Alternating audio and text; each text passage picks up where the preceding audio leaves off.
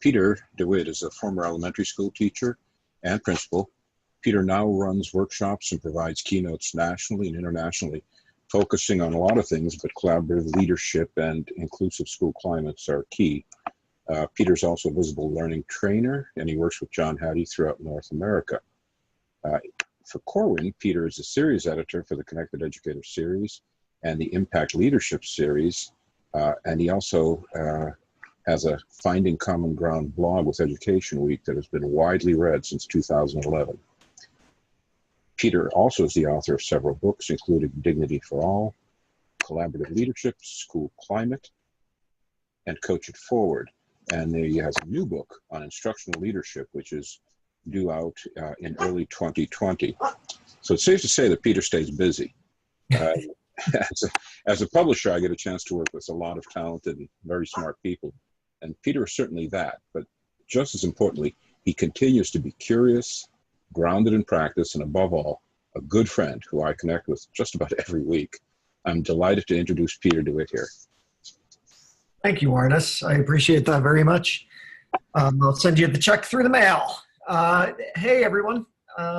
Thank you so much for joining me this afternoon. I know this is a makeup date from March when I had the stomach flu, so it's nice to be with all of you. You're going to notice there's a little bit of darkness around me. I'm in a hotel in New York City. I would like to do a shout out, besides Arnis, who is a fantastic editor for me over the years. I have some friends that I see are joining the webinar. My friend Andrea Stringer from Australia is actually joining. So Andrea, thank you for being here. But also people like Mandy Olson, who is from Utah, who Mandy and I have talked quite a bit, and also Heath Pine from Kansas. So thank you very much for being a part of all of this. I'm going to give you a little bit of background. Coach It Further, this book is actually a narrative story with characters. And where it happened was that I had been writing a book on school climate, and I used characters to introduce each chapter. And we had the idea that I would go through leadership coaching, but I would use a narrative story to actually bring it all to life. Because coaching is, as you know, somewhat complicated. It's not as easy as, hey, I'm going to match up with a coach and we're going to learn together and all that kind of stuff. Especially when it comes to leadership. We know that there are things like collective efficacy, which we talk about a lot, and something I'll talk about briefly in this webinar. But collective efficacy doesn't come together really quickly. And this was more of a narrative story about how a principal and two assistant principals actually create a connection together, and then they try to work through a school culture that is somewhat fractured.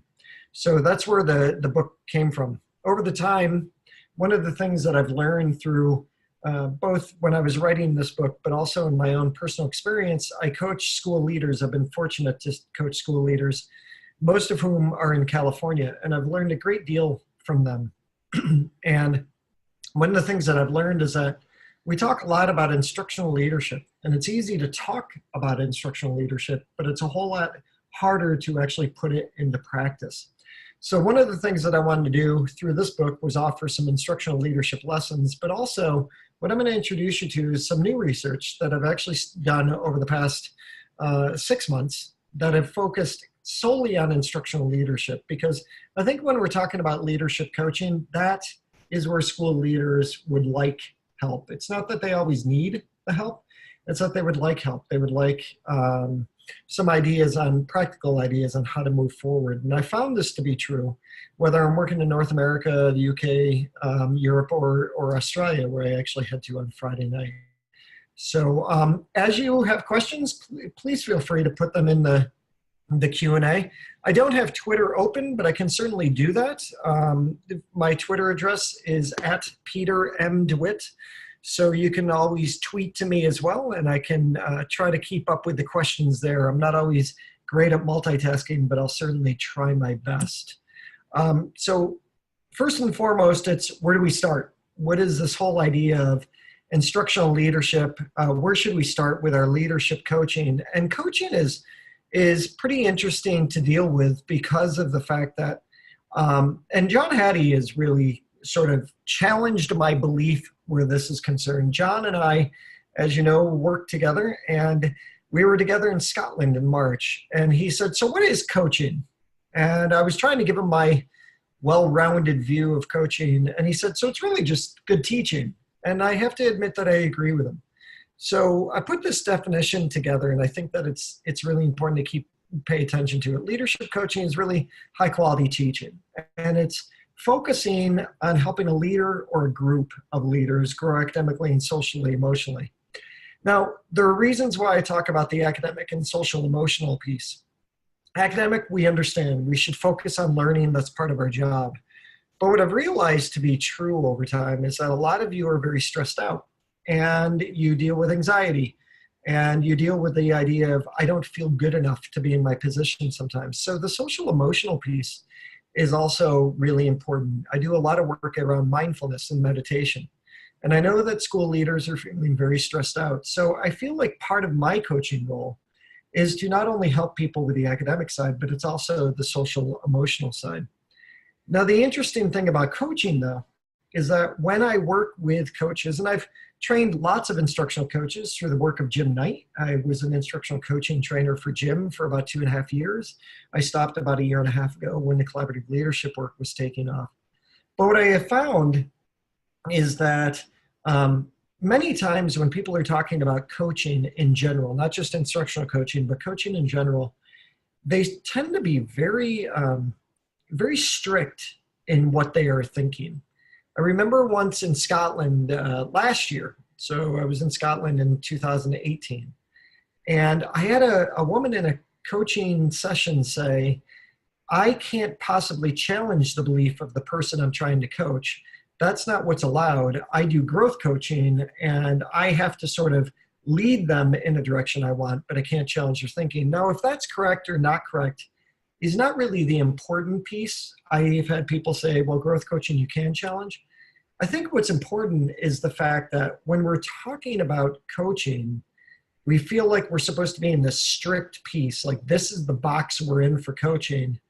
And that's not really what's supposed to be happening. In fact, Chad Lockmiller, does a lot of work on leadership coaching.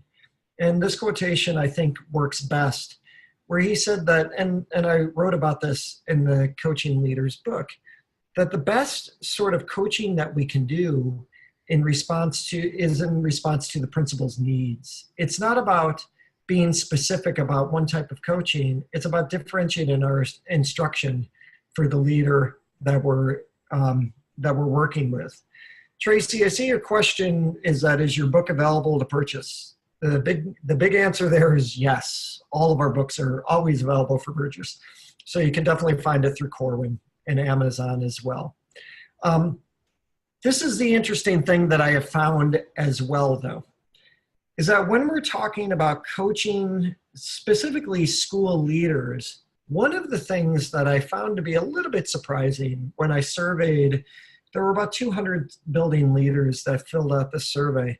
I had actually asked them what kind of feedback they received from central office. And as you can see, it says, I received feedback from central office focusing on my ability to grow and lead. Only 1% of the people actually strongly agreed. I found this to be true when I'm running workshops as well. I remember I was in a few months ago, and I was talking about feedback, and I had a principal raise his hand, and he said, I know we're supposed to be giving feedback to our teachers, but the reality is I don't get feedback from my central office. And I asked for a show of hands. There were no people from central office in there, which was good because that would have been awkward. And it was really true that so many of them were saying, I don't get feedback. So it's somewhat frustrating, I think, for leaders to be told they're supposed to give feedback to their teachers, but never expect to give feedback themselves. Now, many times I'll talk about, do you talk to your teachers about feedback? Because that's a very important source, or your students. But the reality is there's a missing link here where we don't always get direct feedback from our central office. You can see that 16% agree. And then you've got people that disagree and strongly disagree. The reality is a good coaching relationship is that reciprocal benefit where we both receive feedback. And that's probably one of the most important parts of school leadership that I look at. one of the reasons why I talk often about this idea of making sure that we're focusing on instructional leadership is that many times there are, I get a lot of repeat work. I would say about 85% of my work is repeat work. And I will have people say, you know, Peter, we want you to come back and talk about instructional leadership because I don't know if our leaders know how to make time or if they even know how to be instructional leaders. And that is very true, because what I found in the research, both for the Coaching Leaders book, but also on this new book that I just finished on instructional leadership, which will be out in January, February of next year, is that instructional leadership is one of the most researched forms of leadership. It is actually the most researched form of leadership over the past 50 years. But very often researchers don't break it down into what it's supposed to be. And what John Hattie found in his extensive research is that in over 600 studies, and you can see that there's 17 meta-analysis collected by John, the overall effect of school leadership is a 0.32. But when you do the actual moderating effects and you look at instructional leadership alone, the impact of instructional leadership is a 0.42. So let's look at what I've talked about so far. We know that good coaching is really good teaching.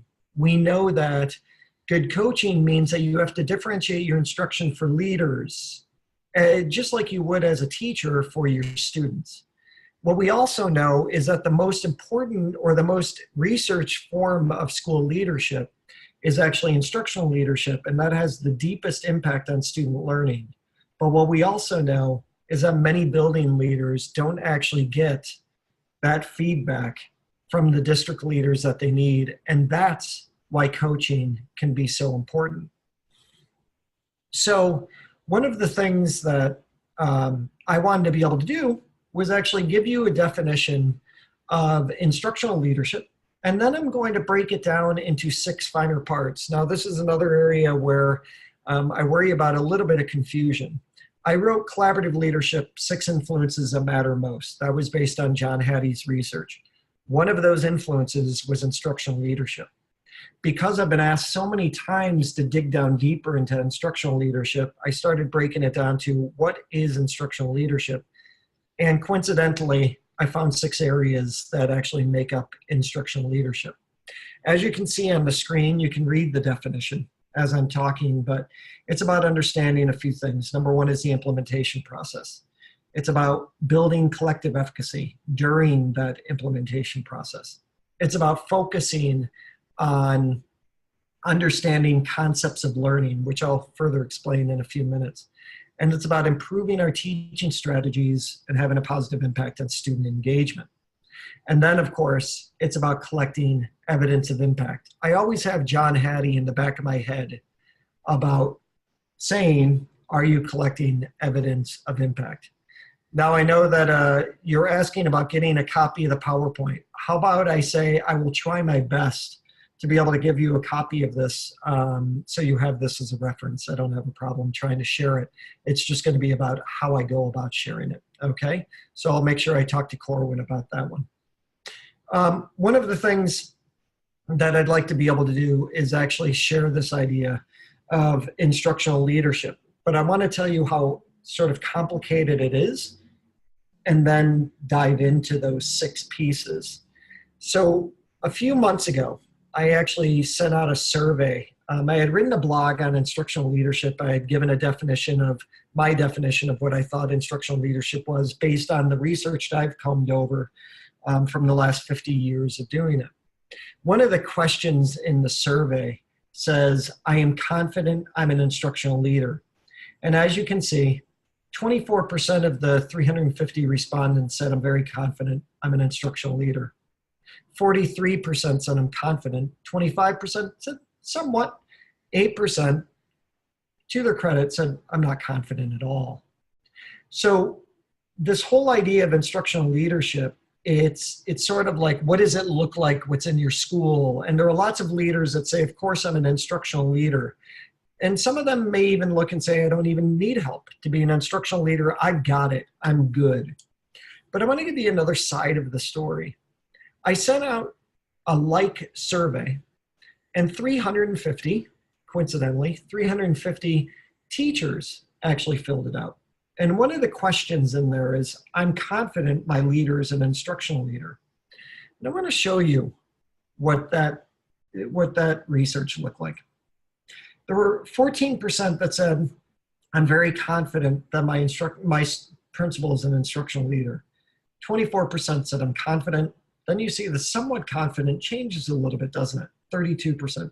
And then the not confident at all becomes 30%. So here's the thing that I want you to think about when we're looking at coaching and instructional leadership. There are many leaders that might think they're an instructional leader, but their staff isn't necessarily seeing that. Now, I wrote a follow-up blog about this, and I know that I heard from some principals that we're not very happy, but here's the thing that I want you to think about. It's not that a principal might not be an instructional leader, it's about proximity. If Arnis is one of my teachers and I'm his principal, and we have a good relationship, and I'm in his classroom a lot, and we're talking about teaching and learning, when he fills out the survey, he's going to say, of course, Peter's an instructional leader. But Jeff is also on the call. And one of the things is that maybe Jeff doesn't see me as much. We don't have that great of a relationship, and I don't go into his classroom that often because Jeff leaves his door closed, and I don't like to go in when the door is closed. When Jeff fills out the survey, he might say, my principal is not an instructional leader at all because I don't see him at all. I think that proximity is something that's really important where this question is concerned. What that leads me to next from an instructional leadership standpoint and a coaching standpoint is, how do we as coaches make sure that our principals are using that proximity piece to build themselves as instructional leaders, to build that credibility as instructional leaders? One of the reasons why that's important is because all principals are guised with making sure that they're supposed to do teacher observations. What we know about research on feedback, like from people like Stone and Heen out of Harvard, and they wrote thanks for the feedback, is that there are 3 triggers that happen with feedback. And one of those triggers is the relationship trigger. What happens there is that it's not that the feedback isn't true, but maybe I don't believe the feedback because I don't find the person giving it to me to be a credible source. That's the problem where principals and instructional leaders and our job as observations and formal observations, that's where these all intersect. In order to have teacher observations that are credible, in order for my teachers to look at me as a credible source, I have to make sure that I don't just call myself an instructional leader, that I'm actually doing the work to be an instructional leader. What I'd like to do right now is just take one quick glance at the questions. The definition and slides are awesome. Will this, okay. And then, okay, so Angie says, I drink the Kool-Aid. I believe in the power of being an instructional leader and the importance of being in classrooms often. As a new AP, I'm searching for systems to take care of other responsibilities so that my time is freed up in classrooms. Angie, that is a perfect question, and it's not unlike the question, some of the questions I got today when I'm working with the principals in New York City. One of the things that I'm often talking about, and this is a great time to be able to answer the question before I go into the 6 components of instructional leadership, is that I'll have principals say, I would love to be an instructional leader, but I don't have the time. Some of the principals that I'm working with in California, I'm out there 1 week a month, they're dealing with extreme gang issues. They would love to be, an instructional leader, but they've got that they're dealing with at the same time. One of the examples I often give is that as a school principal, and I was in the role for 8 years, I did not have an assistant principal. So what I had to look for is, from a management side, what are the times in my day when I can position myself as an instructional leader from an authentic standpoint? What I found is that our school day started at 9:15. That was the second bell, first bell 9:05. I welcomed all the kids off the bus. I went around to each classroom to say good morning to each class. And then what I found is that I had to do some paperwork. I had the management stuff. I had the phone calls. I had parents I had to work with. At about 10:15, about an hour later, I had a lull. If any of us can experience a lull. From about 10:15 to 11:15, I found that that was the time that I could practice instructional leadership. So that's something to think about too, Angie. Where do you spend your time? Do you journal your time? Journal your time for 1 week, and maybe you've done this already. Journal your time for 1 week. Highlight the places where you've practiced instructional leadership. Is there a way you can manage your time that way? The other thing I look at is flipping faculty meetings. I used to flip faculty meetings that would focus on learning. That proximity in a faculty meeting was perfect because it gave me the opportunity to not just be an instructional leader, but also collaborate with my staff. So hopefully that will help you as well. What I'd like to do is be able to show you the 6 pieces that I think are really important when it comes to the instructional leadership framework. And I'm going to take some time through each one. And then what I'm going to do is probably give a couple of minutes for you to ask any questions that you might have. So from an instructional leadership framework, I believe that there are 6 really important pieces that we as school leaders really have to look at. Number 1 is implementation. This is something I have looked at over and over again. Implementation science is highly important. The program logic model is also something that I look at in the new book that will be coming out. Implementation is often where we go wrong as school leaders because we do not slow down the process. We do not take the time. And the implementation dip that Michael Fullen has always talked about kills us. Number 2, concepts of learning. Very often what happens is that we often will hear that we're supposed to be content experts. We're supposed to know all of the content from each grade level that we're leading. That's an impossible job, and it's not a worthwhile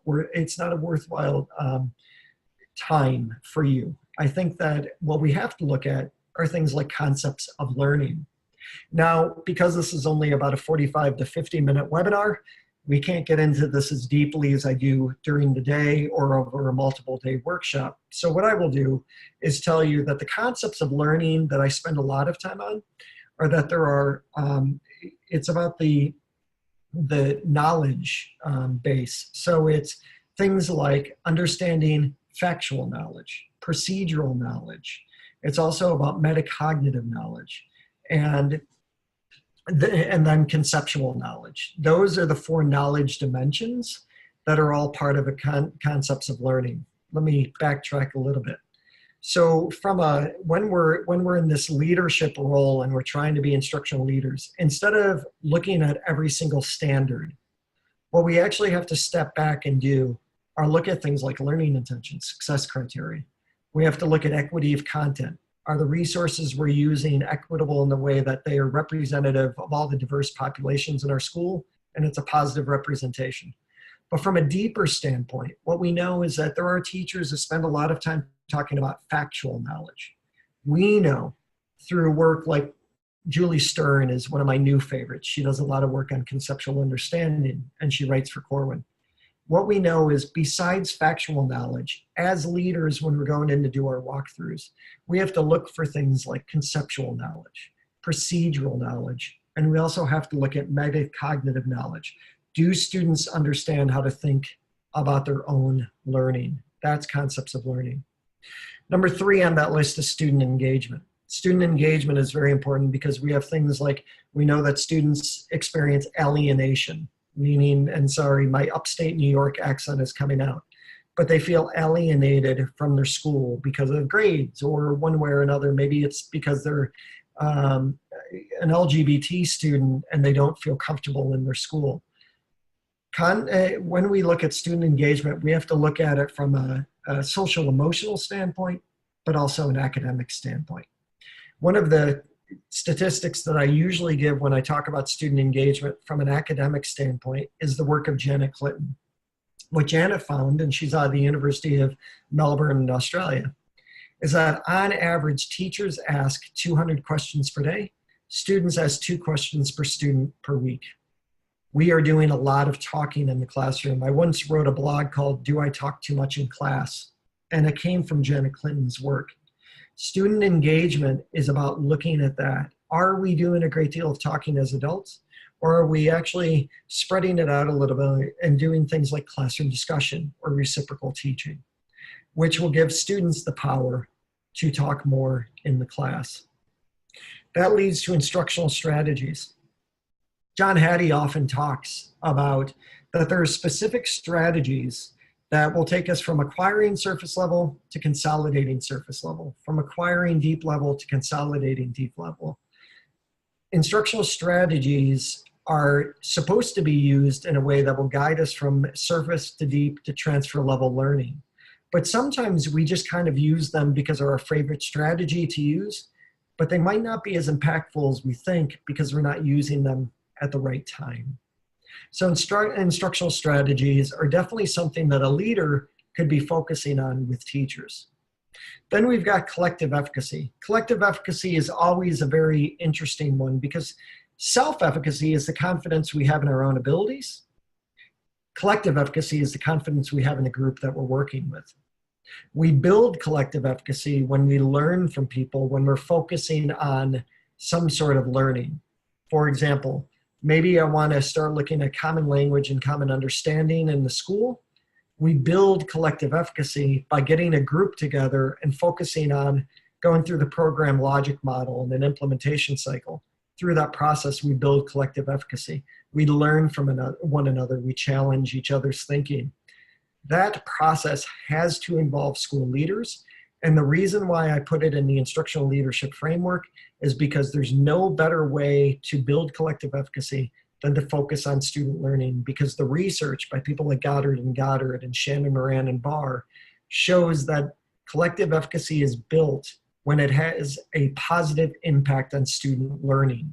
So therefore, that's a huge part of instructional leadership.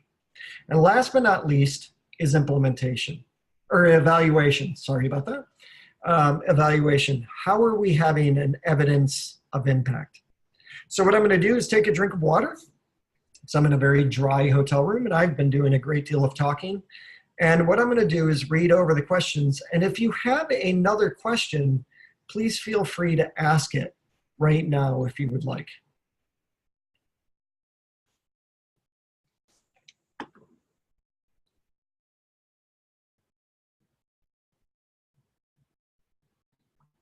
I'm thanking the tweets for people like Anna Barn. Thank you for sending that out. I really appreciate it.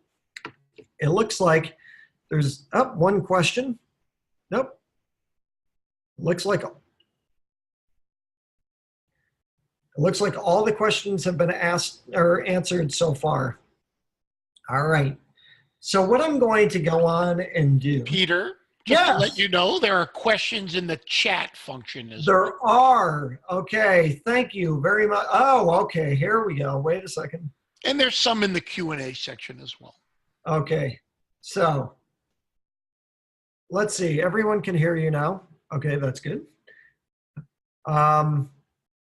Andrea, thank you. Let's see.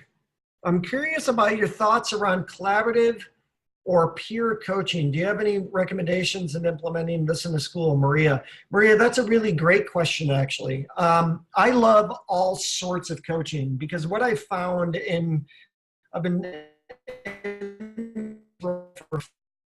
what I found is whether we're coaching school leaders or we're coaching teachers, one of the things that I find is that there are all sorts of types of coaching that could be beneficial. Now, collaborative coaching or peer coaching, that is actually like one of the oldest forms of coaching. Actually, when Jim Knight started talking about his instructional coaching work and started researching, he was looking at peer coaching first. So peer coaching can have a powerful impact. One of the things that you have to think about, though, is that you have to be aware that sometimes we stay in the land of nice. We don't feel like we can give each other the proper feedback we should be. So we stay in the land of nice. One of the things that I've learned through both writing the collaborative leadership book and then the school climate book that followed up is that, and it comes from the research of Kuhn, K-U-H-N. They found that many times collaboration doesn't work any better than if we did it on our own. And the reason why is because we don't challenge each other's thinking. So when you're looking at things like collaborative coaching or peer coaching, we have to make sure that we set up a dynamic where we can actually challenge each other's thinking. That is very powerful to be able to do. Also, what we know is when there's some sort of group coaching that happens, and sometimes that happens with collaborative coaching, that is okay. Because if you read the research around collective efficacy, that is where the group learns from one another. So I think those are very powerful. When I talk about the program logic model, Maria, you might want to pay attention to that because that might help you when you're looking at peer coaching. From Tara, oh, my friend Tara, no, I didn't realize Tara was on. So thank you, Tara, for being a part of this. It is so difficult for principals to know and understand the shared definition of instructional leader. So thank you, because you're absolutely right. I often talk about the fact that in our schools, we often have a common language, growth mindset, student engagement, but we don't have a common understanding. My idea of student engagement might be compliant engagement, where the kids are all sitting down and the teacher's talking, but Arnis's idea of student engagement might be authentic engagement, where the teacher's not doing as much talking as the leaders are. I also manage my time by tracking it and scheduling by priority. Even though I'm a coach, I get pulled in multiple directions by multiple bosses. Tara, no, this is the question that she's asking. What you don't know about Tara is that she's absolutely fantastic. So there's a reason why she gets pulled in a million different directions. The thing that is always really important to realize is that how can we manage that time, and how can we also create some non-negotiables in our position? Where can I learn more about specific teaching, learning strategies, and specific levels of learning? So Erica, one of the things that I'm going to do is that I will send out, along with the presentation, and maybe Jeff, we can do this, Jeff and Sharon, we can do this to everybody that participated. What I'm going to do is not only send you a copy of the presentation, what I'm going to do is send you a Google link, and it goes to a document that I have created over the past 3 years, and it's a live document. I'm always editing it, putting things in, taking things out, and it's completely, it will give you any, it gives you any resource that I ever talk about in the competency-based collaborative leadership course that I teach, or the instructional leadership course that I teach as well. So maybe that's a good place to start, because I actually have some of them titled under teaching strategies. So hopefully, Erica, that will help you as well. Jeff, I'm going to move on, but you can let me know if I miss any questions as well, because I really like to make sure I hit everything. Let me just, a couple more. So Heath, a friend of mine from Kansas, I like to think of everything in 3 levels: classroom, building, and district. I believe in addition to building leaders, district leaders should also be instructional leaders. Do you agree? Absolutely. But what I also know is that there are some superintendents that are superintendents of huge school districts, and it's more of a political position than it is an instructional leadership position. So I'm going to let them, it's always nice to have the instructional leadership side, but I also understand they have things going on. What is your process for evaluating the needs of your administrators and teachers? How much time do you spend listening and drawing out the needs and goals of the leaders? And what does this process look like, and how do you build trust? You know what, Luke, this comes from Luke. Luke, I love this question, and I think it's really important to what we're talking about. I always do a pre-engagement survey through Google with the people that I'm going to coach, with some pretty specific questions about what they're looking for. What I've also found, though, is that, and I was kind of kidding around with some of the people from California that I coach in the Monterey County area, because the assistant superintendent there said, Peter, I have 6 different principals that can't wait to work with you. They're dying to work with you. She made it sound so great, and I love her for doing that. But I got out there, and only one of the 6 people actually looked at me and wanted to talk to me. And I thought, wow, for 6 people who really want to be with me, they have a really strange way of showing it. I was going to be running a 2-day workshop with them before I started doing individual coaching. What I had to do is actually break down to make sure that that trust level was coming out, that they knew that things were confidential with us. So to answer your question, Luke, I do a pre-engagement survey, and then I spend the first time around kind of getting to know them. But I also, because I'm in New York and they're in California, very often what I've done in the past is I talk to them by phone, we do email, or we sometimes do things like Boxer. We have a lot of social media tools. And I want to thank Maria, because Maria is saying greetings from Indonesia, and that's pretty awesome. So thank you for that. One of the things that I wanted to make sure that I covered with you, especially when I'm talking about implementation, is this whole idea of program logic model. And so you can see it up on your screen. For those of you who are asking questions about how do I go about coaching, how do I go about bringing an initiative, peer coaching is something I want to be able to do, but I'm not sure if it's the right thing. Program logic model is probably the thing for you. Now, I've started to use this a lot, and it's a very important part of implementation, especially when we're looking at something like coaching. Now, we typically read from left to right, but we're going to go from left to right, and then I'm going to go back from right to left to do the backwards design. From left to right is this. There are 5 necessary components to program logic models, and some of you may have seen this before. The inputs, resources necessary to meet your goal.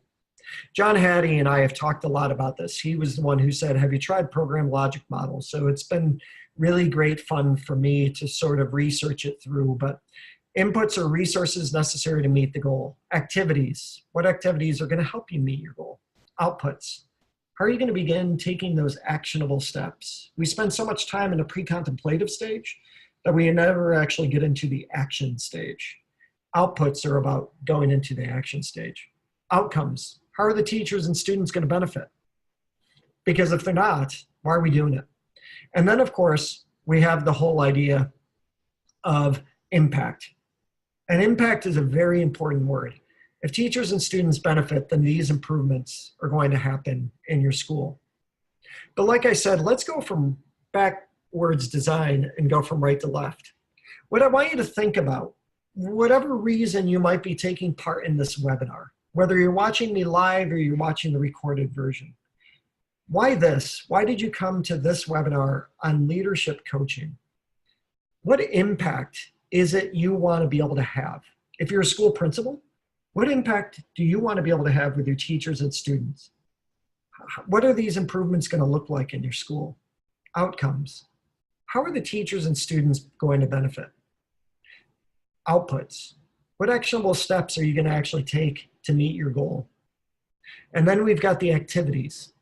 And then, of course, we've got the resources that you need. This is the thing about implementation. It is one of the most important pieces that you can ever do as a school leader. And if you don't get implementation right, you could lose the whole thing. So program logic model is a way to sit back with a group, because it's easy to do this alone. It's a lot harder to do it with a group. To be able to go with a group and start talking about each one of these things. Now, what I wanted to do is that I set up being able to do this, and I realize it might be hard to see. It's a lot easier as a webinar to be able to see this. I want you to see one of the things that I focus on quite a bit and how the program logic model actually helps. It's common language and common understanding.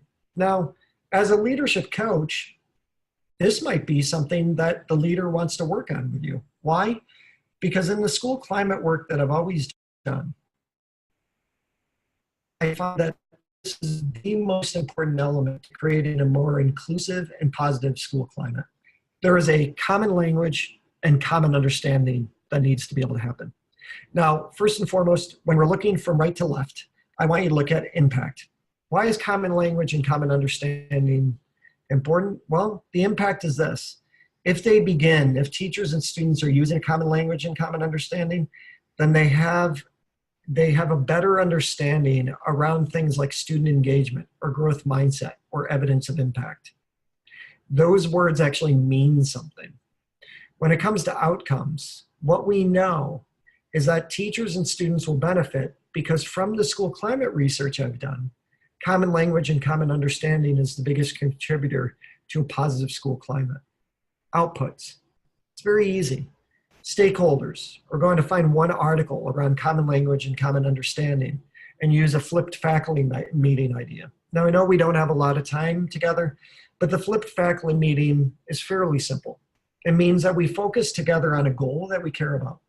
And I, as the principal, find a research article and I send it out to you 3 days ahead of the faculty meeting. You read it, get some surface level understanding. But one of the things that you have to do is bring evidence of how you put that into action already. It's not a judgment, it's a starting point. That's what a flipped faculty meeting is. It helps us go from surface to deep to transfer level learning. Number 2 on outputs. Principals are going to help focus on student engagement in their learning walks.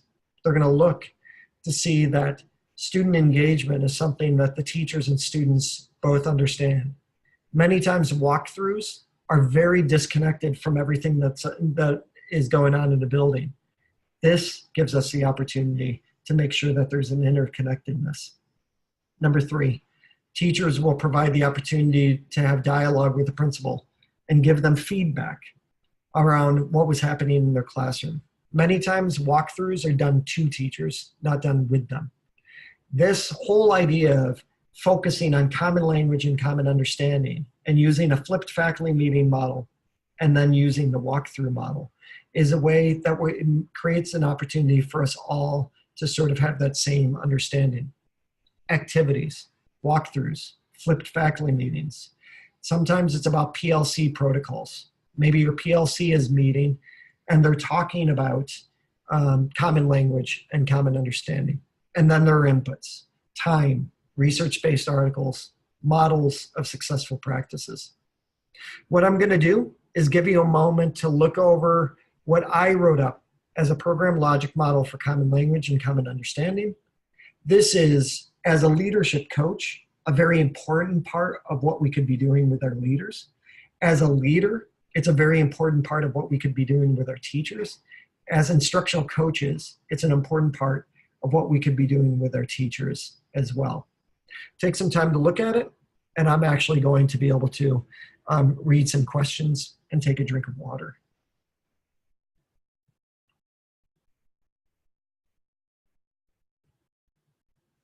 So Cody is asking a question as you're looking. Is there a Voxer PLC group where we can engage in discussion and learning regarding Coach It Further? I think having great thought partners regarding the work would be great in a Voxer group. So Cody, I'm going to be very honest with you. You're making me feel a little bit guilty because I actually just got rid of Voxer because I wasn't using it that much, and I found that I've been spending a lot of time on social media. But if this was something people were interested in being a part of, I would have to figure out how to go through Corwin to be able to connect with all of you on that. I would definitely start it up. I have a pretty crazy travel schedule, but I do like the idea of having a larger PLC group. So the answer to me is maybe. Maybe it's something that Corwin can put in the email to see if people would be interested in doing that, and I would be happy to take part in it. I would actually love to hear your thoughts. I've done PLC groups around other books, and it's been a hugely beneficial piece for me. So I think I've answered all the questions in there, but Jeff will be able to tell me later on. One of the last things that I wanted to be able to do before we moved on to the latter part of this is that I wanted to give you an implementation strategy for instructional leaders. And one of the reasons why I did this is because if you remember when we were just going through the program logic model, you're going to see that under activities are walkthroughs, flipped faculty meetings, PLC protocols. One of the things that I would love for you to be able to do is slow down the process a little bit for what you're doing and make sure that you're doing a lot of focusing on that one thing to make sure you're doing it correctly. Many times when I've looked at instructional coaching cycles or coaching cycles in general, they have a lot of things like co-construct a goal, learn, improve. It's just not that easy. It's actually not that easy at all. What I wanted to be able to do was take some time to put in implementation using implementation science and slow down the process so your cycle would be more authentic. So for example, say that your activity is a walkthrough that you're focusing on. You want to do deeper walkthroughs. Well, here's an implementation cycle for walkthroughs. Stage 1. What is a walkthrough? Do you have a clearly articulated vision of walkthroughs? I will be honest with you, a lot of leaders do not. They start doing them because they see their friends on Twitter doing them. But they really don't have a clearly articulated vision of what walkthroughs are supposed to be a part of. What are the purpose of walkthroughs and why? How will it help? How is it better than what we're already doing? That's the problem. Sometimes when I walk in to run a workshop, people are like, they think I'm going to give them something and I'm going to say, stop doing what you're doing and do this instead. That's not how I operate. I want to say, if I'm going to offer something to you, it better be better than what you're doing already. That's the way you have to perceive walkthroughs as well. Stage 2, implement the walkthroughs in 2 grade levels. Today and tomorrow, I'm training all of the K2 instructional coaches for all of New York City and their principals and assistant principals as well. I had one group today, I have one group tomorrow. They're K2. So one of the things that I told them today is implement the walkthroughs in 2 grade levels, kindergarten and second grade. Talk to them. Would you like to be a part of a pilot? I want to start doing walkthroughs, but I'm not sure if I'm doing these correctly or not. Be vulnerable. And then after you start implementing them in 2 grade levels, meet with that group and reflect on it. How was it? How did it go? What evidence did you collect? How did you evaluate whether it went well or not? You can see in the lower right-hand corner, can teachers provide feedback? And will you take that feedback into consideration?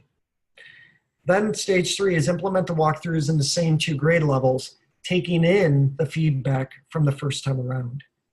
Once again, reflect, collect evidence, evaluate the impact. And then stage 4 is about inviting more grade levels. See, what we often do is we use walkthroughs as one of the activities that are in the program logic model. But what happens is we automatically start doing it in all of our grade levels. And then in about a month or 2, we realize we run out of steam and we can't keep the momentum going. Wouldn't it be better if you started walkthroughs from a small grassroots effort and start building? Because one of the things that will happen is if it's going well, teachers will give you positive reinforcement here and you'll want to start expanding in other classrooms and other grade levels. When it comes to instructional leadership, and when it comes to coaching instructional leaders, or when it comes to coaching instructional coaches, I always give the advice that you should start small. Start with a pilot group, start with a grassroots effort. Because Jim Knight has always said this. If you go into a school and say, everybody must do this, he says, if you insist, they will resist. As a school principal, I always felt like it was so much better if I started with a grassroots effort. And one of the most important things you can do as instructional leaders is make sure that you've got an implementation of an initiative done right. Starting small is the best way to be able to do that. Now, how we're going to close this up in the next 5 minutes is I'm actually going to talk about something that I talk about in the leadership coaching book. And like I said, it's a narrative book. I'm very proud of it. And up until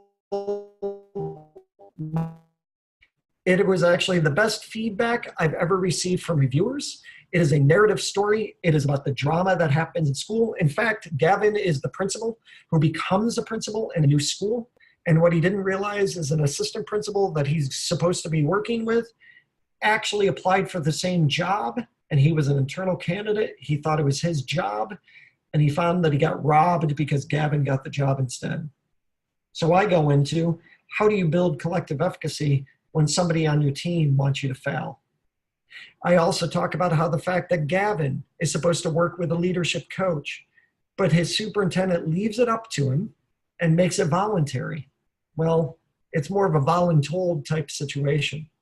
How do we establish trust? Much like that question that came up earlier. How do you establish trust with a leader that might not want to work with you? These are the things that I talk about in coaching leaders. And it's a lot of what I've been talking about with you.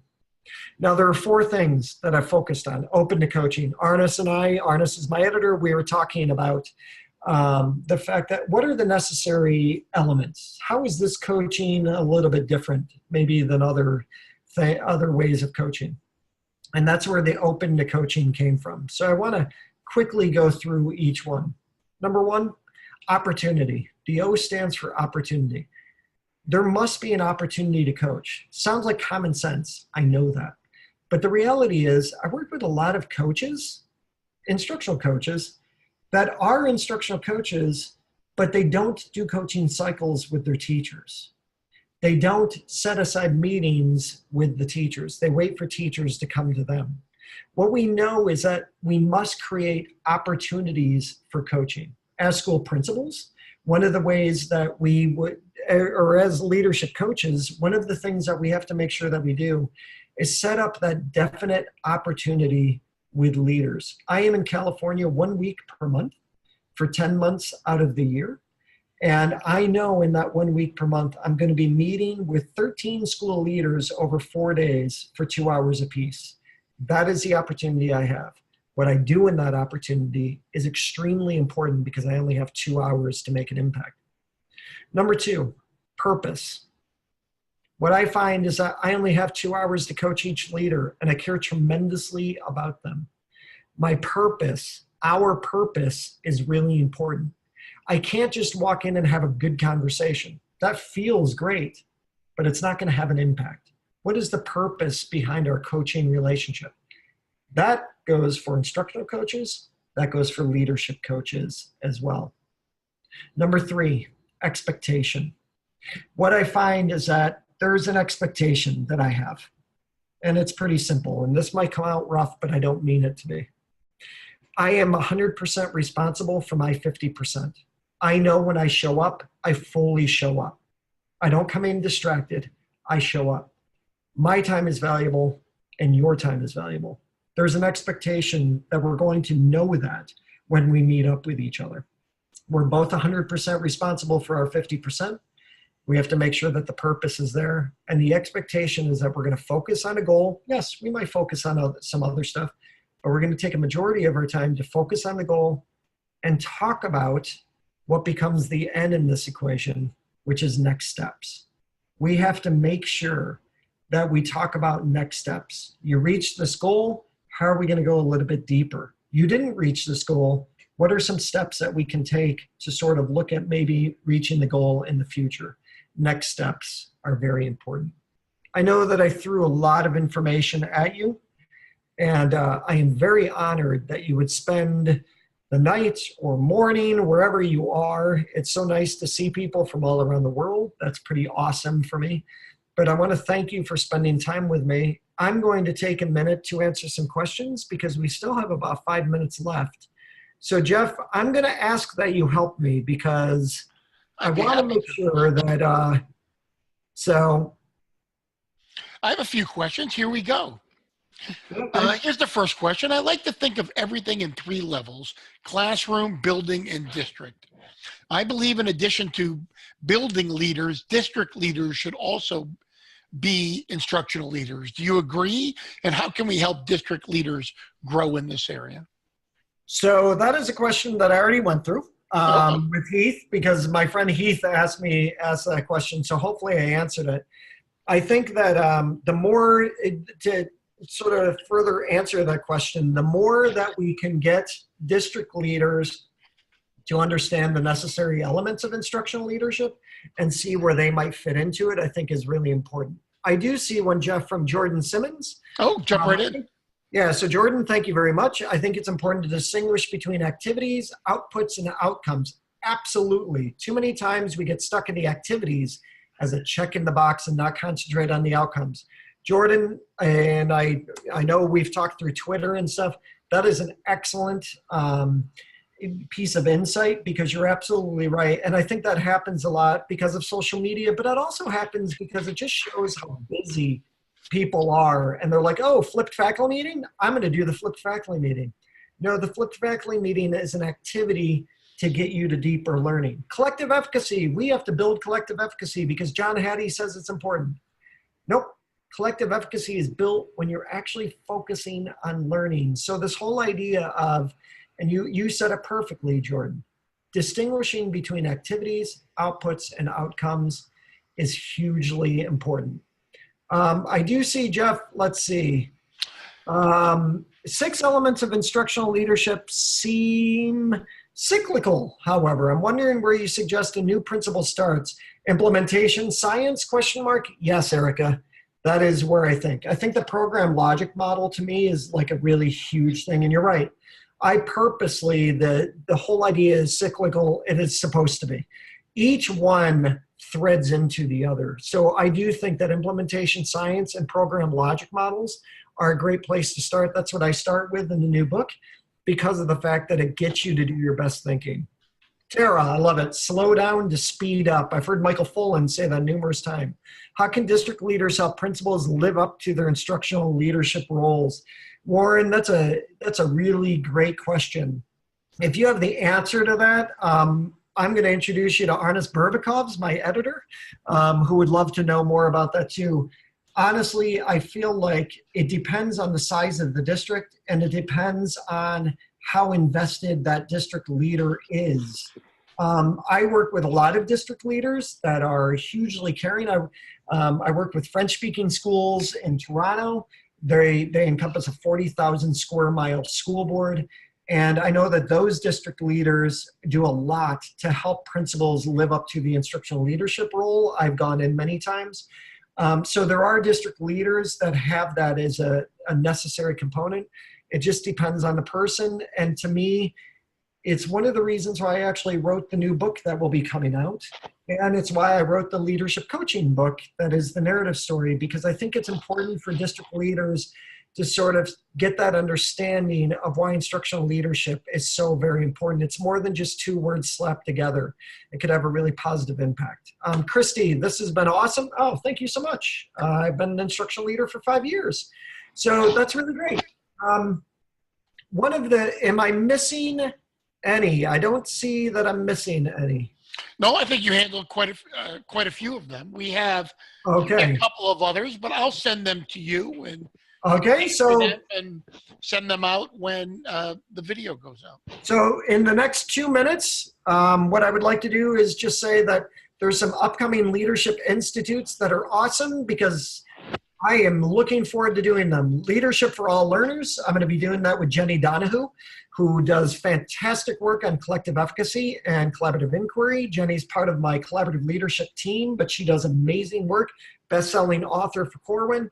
And she's actually one of my favorite people in the world, and she's one of my biggest challengers. Leadership by Design is actually going to be a very momentous occasion for me because I am doing a keynote along with Michael Fullen. And Michael is somebody I've gotten to know over the past 8 years. He is one of my educational heroes, so I'm psyched about that. And then Effective Leadership in Edmonton. It's always amazing to go up to Canada because I just feel like you have to bring your A game when you're going up to Canada. So those are some things that I'm looking forward to. Upcoming webinars, Colleen Cruz is going to be doing an upcoming webinar called it's Writers Read Better, the Writing Reading Connection. And I think, oh, look at that, a shameless plug for the books that I have out so far. And we have 1 minute left, and I just want to say thank you so much for being a part of the web. I really appreciate you being here. I hope that it was helpful, and I will make sure that I work with Jeff and Arnis and the rest of Corwin to not only send you the slides, but also to make sure that I send you the Google Doc, that it gives you access to all of the resources as well. And then we can also put in something about that Voxer group that came up. But thank you very much. Thank you, Peter. Sharon, did you have anything you'd like to add before we close down the meeting?